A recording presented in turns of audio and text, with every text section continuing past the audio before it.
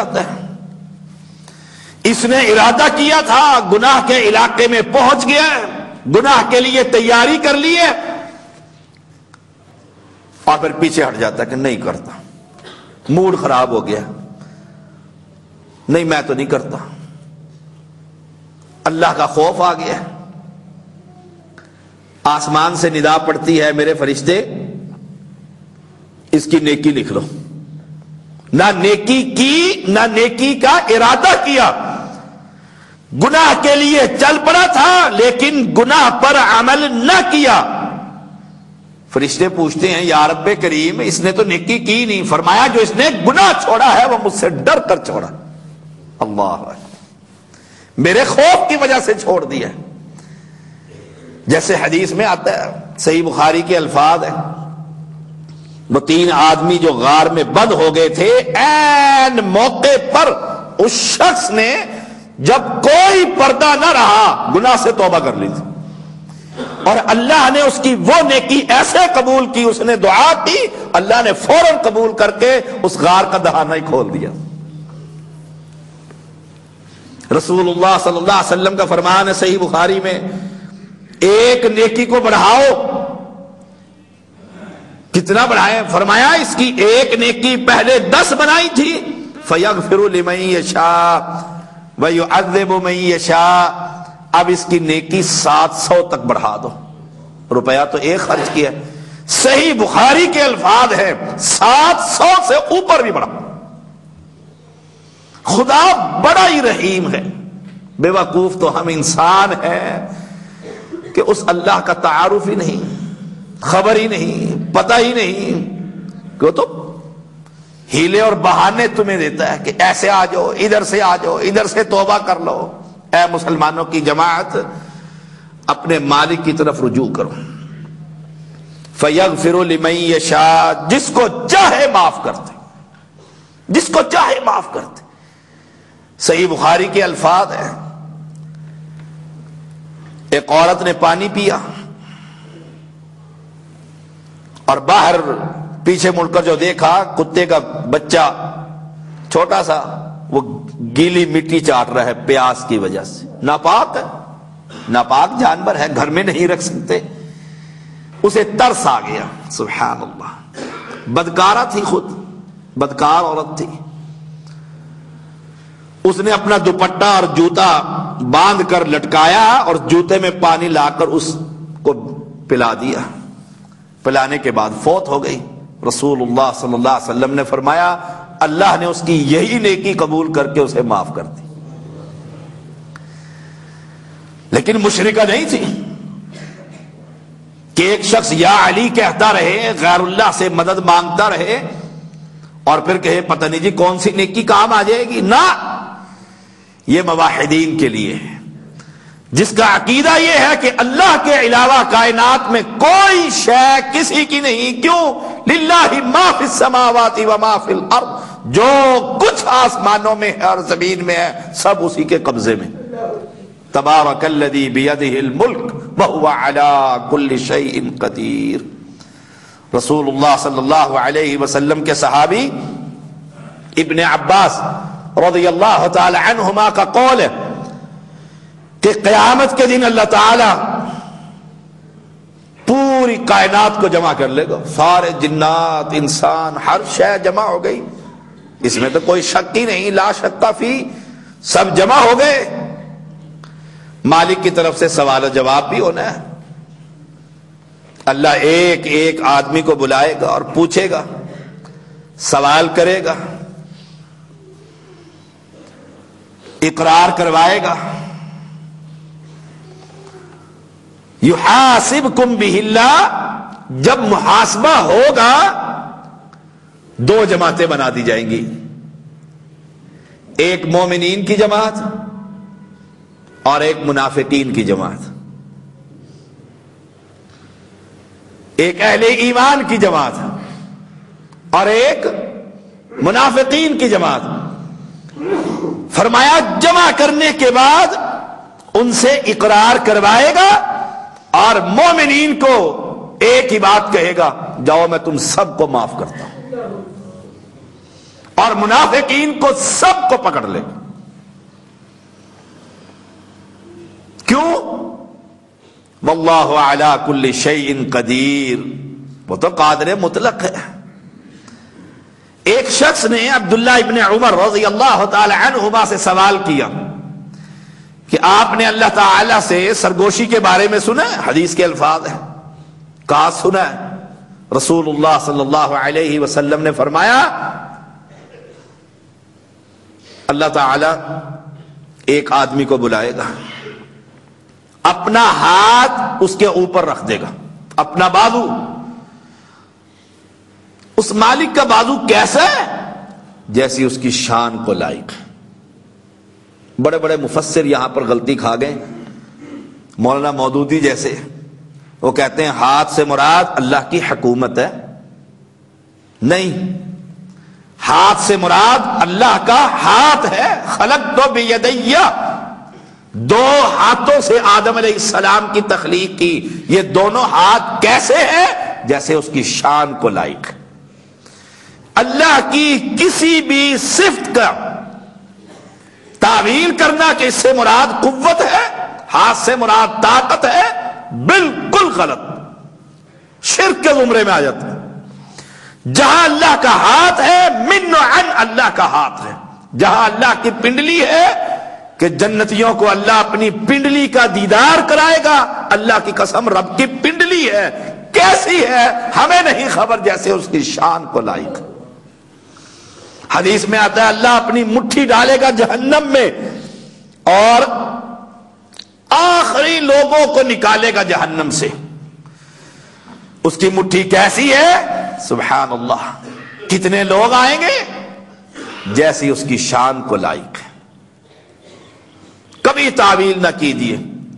توحید الاسماء والصفات، مالک کی صفات کی کبھی مثال بیان نہ کیجیے۔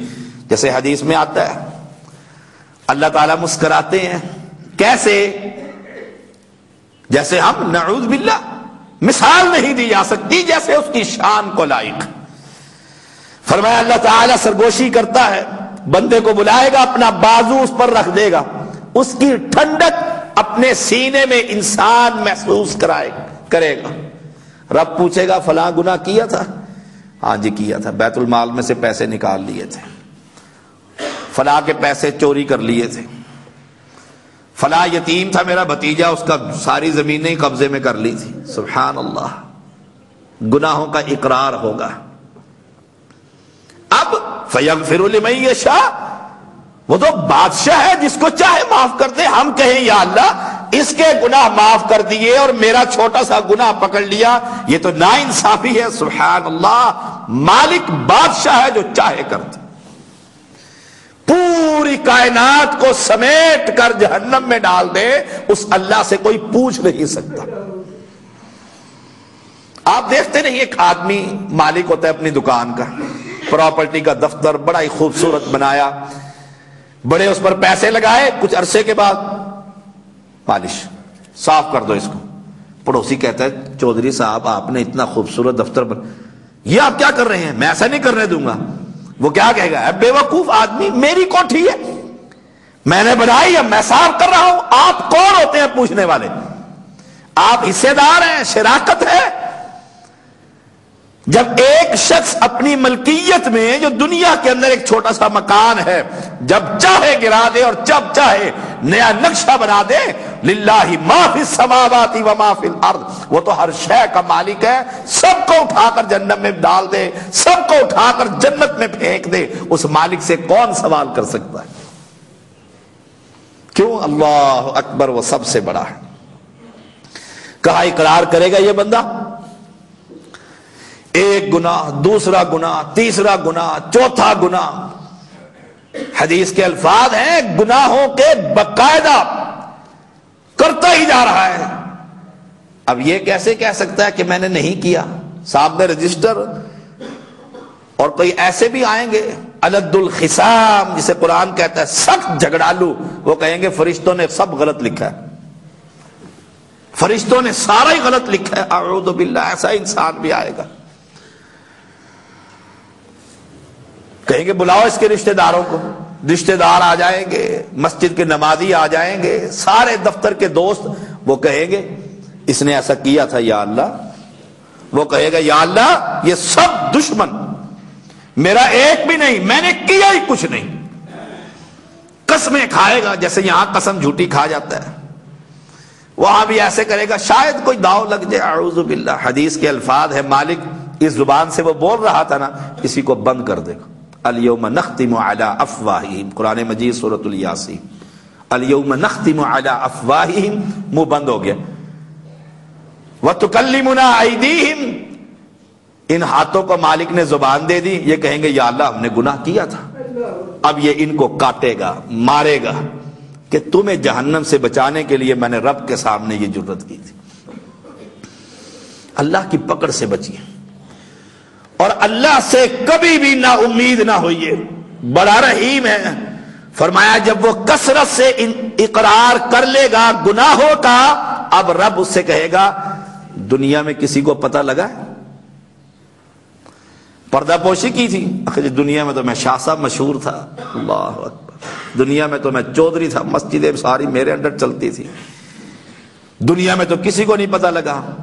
اب رب فَيَغْفِرُ لِمَن يَشَاءُ اس پر رحم کھا گیا ہے، کہے گا آج بھی پردہ ہی ڈالے رکھتا ہوں، آج بھی کسی کو نہیں بتاؤں گا، آج بھی پردہ۔ کتنے نے اللہ اللہم اجعلنا منہم، یا اللہ ہم سب کو ان میں سے کر دے۔ وہاں بھی پردہ، یہاں بھی پردہ، وہاں بھی نیک سب کے سامنے کھڑا ہوا ہے۔ اب اندر پیشی تو ہو رہی ہے نا، عدالت لگی ہوئی ہے، ساری دنیا سامنے ہے، کوئی ایک آدھا بندہ تو نہیں، پوری دنیا کے انسان یوم حشر میں جمع ہے، اور پتہ ہے فلاں شخص سامنے کھڑا ہے، اور حدیث میں آتا ہے ایسے دیکھیں گے دوسرے آدمی کو جیسے چاند کو دیکھتے ہو۔ یہ نہیں کہ وہ اتنا مجمع نگاہ نہیں پڑ رہی، ہر بندہ سنے گا عدالت کی کاروائی۔ اب رب اس سے سرگوشیاں کرتا ہے آہستہ آہستہ، کسی کو نہیں بتانا چاہتا، بندہ تو حاضر ہے، چپکے چپکے بات ہو رہی ہے، نہیں پتہ لگ رہا۔ اب اللہ کہے گا دنیا میں نہیں پتا تھا کہ نہیں پتا تھا، ساروں کے پیسے میں ہی کھا گیا تھا۔ کھا نہیں جاتے مولوی، ڈکار بھی نہیں لیتے، چھوڑتے ہی نہیں ہیں، کیا عوام اللہ ماشاء اللہ۔ اللہ اب مہربان ہو گیا ہے، کہے گا نہیں پتا لگا، نہیں کسی کو نہیں پتا تھا، بڑا ہی نیک لوگ تو میرے نام پر اپنے بچوں کے نام رکھتے تھے، سبحان اللہ۔ اللہ کہے گا اچھا یہ لے پردہ پڑا ہوا ہے، آج بھی کسی کو نہیں بتاؤں گا، ساتھ ہی نامہ اعمال دائیں ہاتھ میں دے دیا جائے گا کہ چل تیرا جنت کا وہ راستہ ہے۔ یا اللہ ہم سب کو ان میں سے کر دیں۔ دوسرے کو بلا رہا ہے وَيُعَذِّبُ مَن يَشَاءُ، گناہ کیا تھا جی، کیا تھا، فلاں بھی کیا تھا، فلاں بھی کیا تھا، سارے گناہ یاد کروا دیے۔ اب پریشان ہے، فیصلہ کیا ہوگا؟ کہا اعلان کر دو۔ پہلے تو جی 11 کے لوگوں کو ہی پتا تھا نا یہ ایسا ہے، اب پوری کائنات کے لوگوں کے سامنے اسے رسوا کرو اور اسے اٹھا کر جہنم کا ایندھن بناؤ۔ اللہم لا تجعلنا منہم، یا اللہ ہمیں ان میں سے نہ کر۔ واللہ علی کل شیء قدیر، اللہ ہر چیز پر قادر ہے۔ اب آئیے یہ بخشش اور یہ پکڑ۔ پکڑ کے بارے میں پیغمبر نے فرمایا پکڑ منافقین پر اور بخشش اہل ایمان پر۔ ہم کون ہیں؟ آخر یہ ہم نے جو گفتگو سنی، ہم کون ہیں؟ دل تو ہر ایک کا کرتا ہے کہ رب کی جنت کے پاس میری جنت ہو، ہر ایک کا کرتا ہے۔ آپ کسی گئے گزرے مسلم، کل ایک شخص آیا دم کروانے کے لیے، شاہ صاحب اس کو یہ تکلیف یہ تکلیف یہ تکلیف، نوجوان 20-25 سال کا۔ میں نے پوچھا نماز پڑھی آج؟ کہتے صرف جمعے کی پڑھتا ہوں۔ اسی سے پوچھ کر دیکھو جنت، کہے گا جی رب کے ساتھ جنت ملنی چاہیے، میرے سے پکا وہابی کون ہو سکتا ہے؟ ہائے ہائے۔ اب ہم کون ہیں؟ آمن الرسول بما انزل الیہ من ربہ والمؤمنون، جن کو رب اس طریقے سے اپنی محبت لطف و کرم سے معاف کرے گا، کیا ہم مومن ہیں؟ سوال یہ ہے۔ اور رسول اللہ صلی اللہ علیہ وسلم کا صحیح مسلم میں فرمان ہے برباد ہوا وہ شخص